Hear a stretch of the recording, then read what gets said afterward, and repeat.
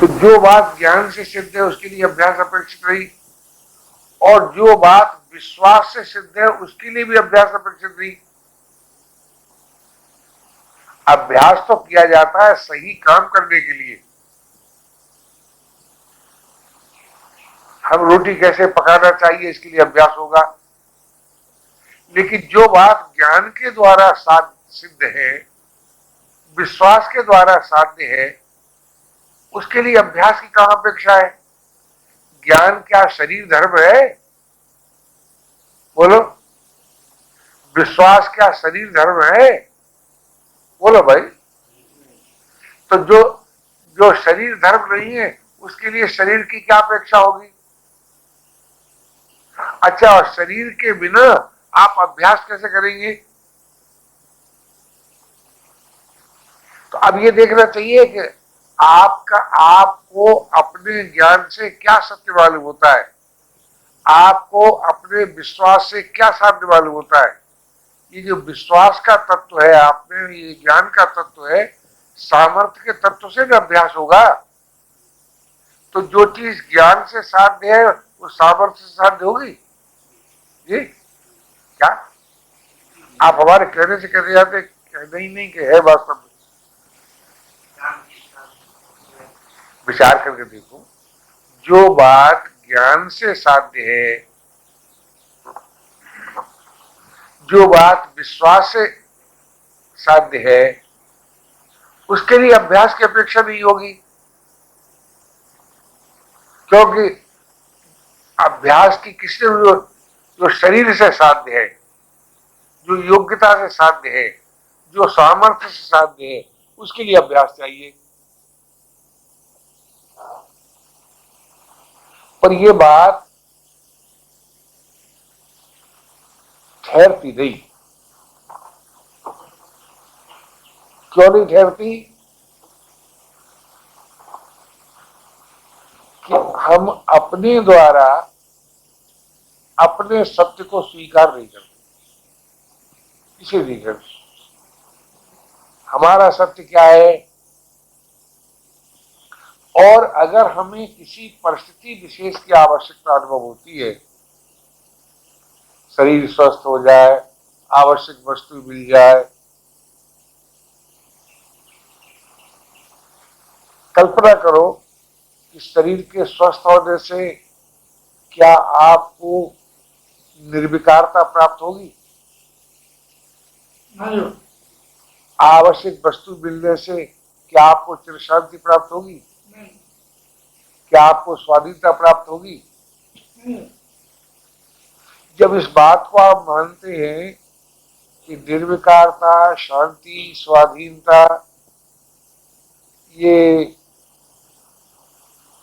आवश्यक वस्तु से, शरीर के स्वस्थ होने से संभव नहीं है। हाँ, एक बात कह सकते हैं हम कि शरीर स्वस्थ हो और आपके पास आवश्यक वस्तु हो तो उसके द्वारा पर सेवा तो कर सकते हैं, लेकिन निर्विकारता और शांति प्राप्त कर सकते हैं क्या? स्वाधीनता प्राप्त कर सकते हैं क्या? अगर आपका शरीर स्वस्थ है तो किसी निर्बल के काम आ सकते हैं।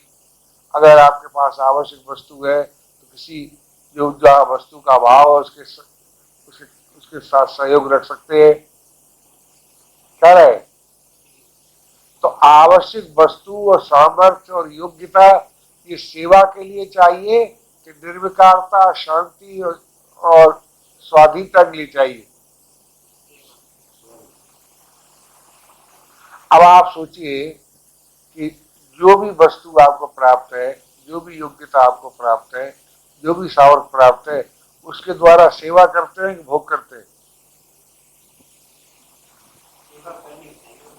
ये हम नहीं पूछते हैं, करते क्या है?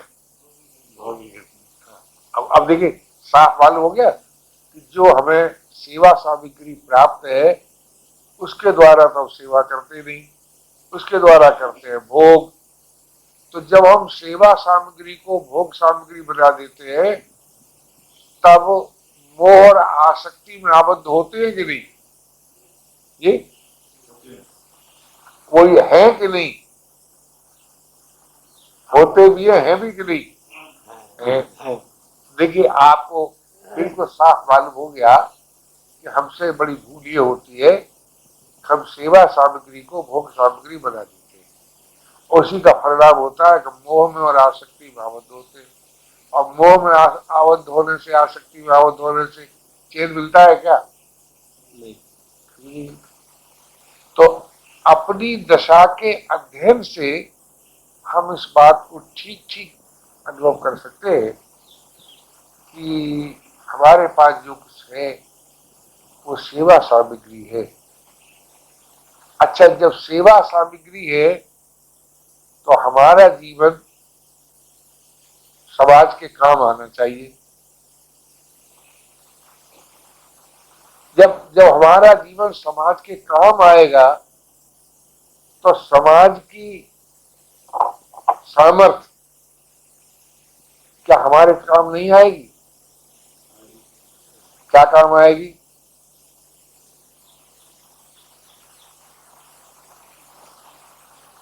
सोचिए जरा।